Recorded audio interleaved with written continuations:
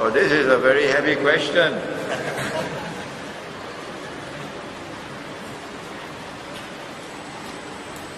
You're forcing me now to enter into Islamic eschatology.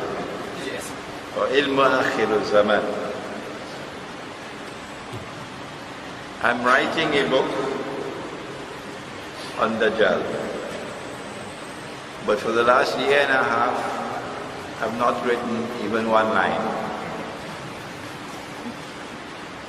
Because I'm now receiving more than 100 emails every day from all over the world. And sometimes I receive an email and it breaks my heart. It breaks my heart.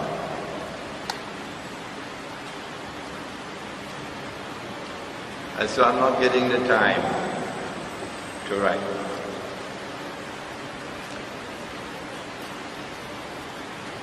Has modern Western civilization emerged by chance? Is it an accident of history? If modern Western civilization can emerge in history by accident, then I say that a cow can also jump over the moon. Yeah. Well then, if it did not emerge by accident, what is there which can explain the emergence of this amazing civilization with its scientific and technological revolution, which is still continuing, which has given to this civilization a power which is unprecedented in human history, that all of the rest of mankind combined, including Saddam Hussein, cannot match the power, the military power of modern Western civilization. Is this by accident? And if it is not, what is the explanation? Not only is this the most powerful civilization in terms of military might to have emerged in human history, but also, and this is the last characteristic I'm going to mention because we don't have endless time, it uses its power to corrupt every single thing that it touches. The word used by Allah in the Quran is fasad. And this civilization is engaged in universal fasad, corrupting the political civilization, political life of the world, corrupting the economic life, corrupting the market, corrupting the monetary system, the money that we use, corrupting the educational system, corrupting the relationship between the male and the female, corrupting the sexual life, corrupting sports and entertainment. But most dangerous of all, corrupting and destroying the spiritual life and reducing mankind today to a world filled with one-eyed people. Even with the PhD from MIT, he still sees with only one eye. What is it that explains this universal facade? Let me use the term in the Quran.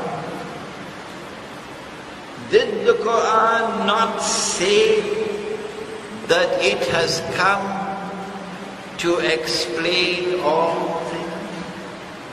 وَنَزَّلْنَا عَلَيْكَ الْكِتَابَ تِبْيَانًا لِكُلِّ شَيْءٍ, to explain all things.